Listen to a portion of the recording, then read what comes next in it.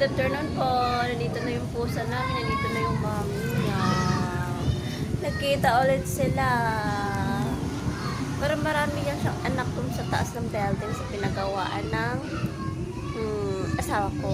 Yung pinagtrabahoan ng asawa ko nga po. Kaya nga po, ipapaampun yun sila. Kasi nga yung iba, nagkanda wala. Kaya kawawa naman. At ano yan sila parang sila yata yung pusa na nami-missing. Kasi, di ba yung pusa na sa kalye lang ay hindi nagpapahawak. Yan sila nagpapahawak yan sa yung mama niya Yung mama niya, parang missing niya na pusa. Ewan ko kung kanino yan. Alam ko lang dito siya nanganak. Tapos anak niya yun nga, punta dito. Tapos, pinapon ko na rin. Tapos yun yan, nakita na sila. Ngayon lang sila nakita. Dinalo siya ng mama niya. Yun o. Ito nga, ang ganda yung kabilang mata niya, green nga yellow, saka kabila yung blue. Sarap nga, Ming. Kita mo yung mata mo, Ming. Kita yung mata mo. Halika. Halika nga. Halika, makita ka ng amo mo kung kanino ko po. Halika nga. Makita yung mata mo. Kain pa ikaw. Yung mata mo, yun o, yung mata niya. Isa iba yung kulay, yung isa iba.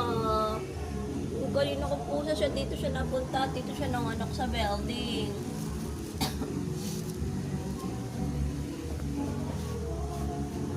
Ay ka nga. Matang pa yung anak mo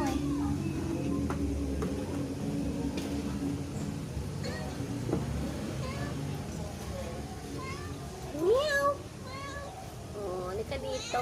Sana yung iba mong anak. At naganda na yung iba. Halika nga. Yung mata mo ko yan. Diba? Diba nga? Yung baka kilala naman yung may-ari kay Mingka, yung mami niya. Mami ni Kitty namin, na nagkita na sila ngayon. Pinipenta ko na kasi kito niya kasi wala naman sila makain na mais dito. Papayat lang nila Kasi nga diba maghanap pa sila na magkain. Parang tao din namang mulupit din sa mga gumagamit ng security camera na yan. Pinapahirapan ka kasi niyan, manghingi ka, hindi ka pabibigyan. Tapos magbebenta ka, hindi ka pagbibilhan, tinatapos niya ng barilin.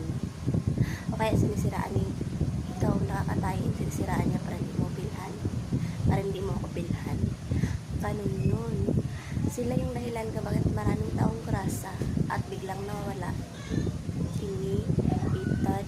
Itad nila yan. Kasi nga, tatanggap na ng pamilya nila na ganun na yun sila.